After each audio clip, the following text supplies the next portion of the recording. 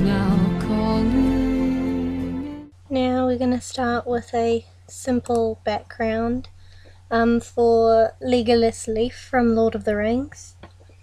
I'm just going to use a plain regular green, the same one for his shirt, and some brown, the same as his cape in the background. But really you can use any colour you'd like. Since he's a woodland elf, I'm going to do a kind of vined pattern. It's quite simple and repetitive, so I don't really bother sketching in these simple backgrounds. It's easier just to do it straight from the Copic. So just random leaves, twirls, and it's really simple and easy to do, but then it looks detailed and intricate. So it's a really good way to finish off drawings. To add more detail, you can use a darker green and just do some outlining like this, and it'll just give your drawing more detail than if you just did the plain light green on white. Really, the more colours and aspects you have to your drawings and backgrounds, the more detailed it will look. So now I'm going to colour in the main part, the brown background. Now this will definitely be the most time consuming, but just bear with me. So just turn the page if you need to, and just try and use the pointed part of your Copic so that you get a nice sharp line. Try and just shade it as evenly as you can so it doesn't look streaky. Other than that, there's nothing too complicated about it, rather it's more just time consuming. So to give the background a bit more depth and make it look like it's been carved, get out the good old black colour pencil and just do some rendering along the sides of the vine. So you're going to make it darker close to the vine and shade it out lighter the further you get out away from the vine. Now just for some added detail, I'm going to get out the Sakura Jelly Roll pen and do some outlining around the leaves. Now this doesn't have to be perfect. I'm really not trying to get it too close. I actually want to get it a bit over the leaves so that you can see it on the brown.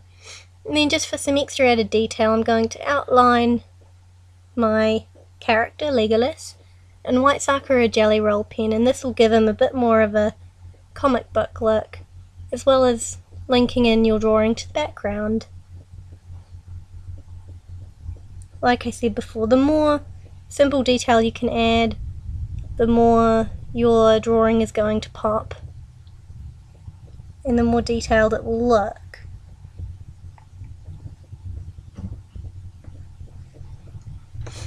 So just try and keep your lines nice and straight. Try not to go over onto your manga character too much.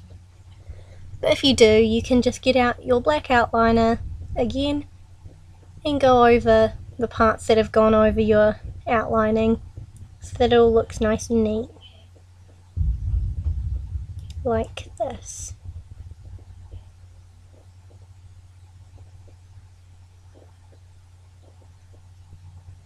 Try and use a nice steady hand. Now some other examples of simple backgrounds is just a general background like these ones, just plain background, gradients, or just a simple tree or sparkles in the background, a bit of paint, dry brush.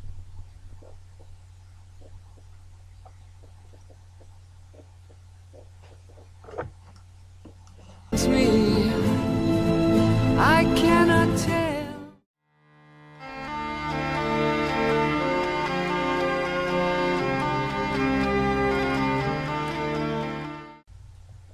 Now for the more complicated background. Now first, the colours that you'll need for grass are G00, G00, Y00, G82, G21, G94, G85, W3, W5 and W7. You can also use between C2 and C5 for your shadows, but these will be generally be the colours that you'll need to use for grass. So start off with your G82 and your Y00. Y00 is really great for doing highlights. I tend to do the highlights first because they'll show through even when you put the colour over top. Because if you do your main colour first, then the yellow, since it's being the lightest, it will automatically blend everything in and it might make your colour go a bit funny. So now get your G00, just do your base colour. Really doesn't matter about being neat, it is grass. You generally want it to look a little bit bushy and a bit messy. Really, the messier it is for nature, the better it will look. Nature is not perfect. So now with your GH2, just do some little flicks for grass, and this is what gives it the bushy look. So this is the general technique you'll use for all of them. Really, it's just a kind of dab. Just dab or little flicks work generally really well for grass. And here's your C3, just adding in some shadows. This is a lot like the highlighting in that it will show through even when you put your base colour on. And really the whole thing with grass and nature and leaves, just keep on reapplying your colours and you'll get more depth. Just keep dabbing and adding all of your colours. Really, it doesn't matter how many times you keep going over it, and as long as you're happy with it in the end. If you're not happy with it and you think it doesn't have enough depth, just keep on going. So this is with the G82, G21 and G94 all mushed together, so you don't have to be very careful about going over the exact same lines that you did before. You want it to be messy and just try and blend it a bit, like this. You still want your shadows looking dark, but we haven't come up to our main shadowing colour, so the main thing is just getting it to look like grass, getting it to look fluffy, and adding in your shadows where you can.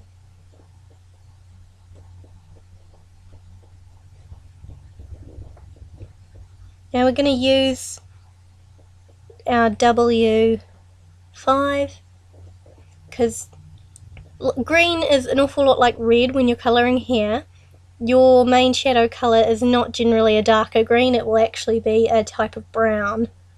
So that will just make your grass look a bit more natural. Like this. Although don't overuse it or you will run the risk of having your grass look dead, unless you want your grass to look dead. So our main shadowing colour is the G85, so we're just going to go in with that, and then just grab out your forest green colour pencil, shade and smudge over your grass. This is a bit more precision than the Copic. And then do the same thing with your light green colour pencil, just to add some highlights and make your grass colour pop. And do the same with your yellow colour pencil as well, and your white. Though I find that the yellow tends to work a bit better on grass than white, but do white first and then yellow and you'll generally get a really nice highlight.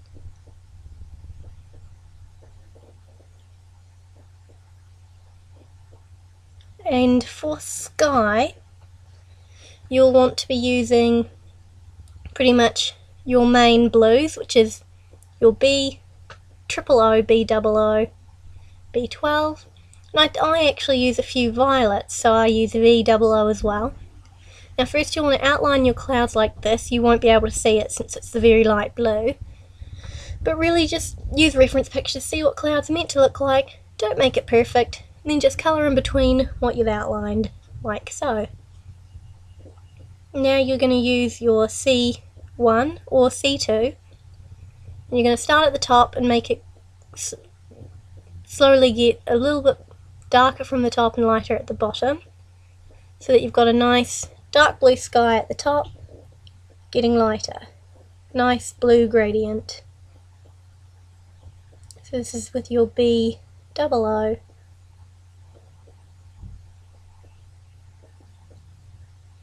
Doesn't have to be neat.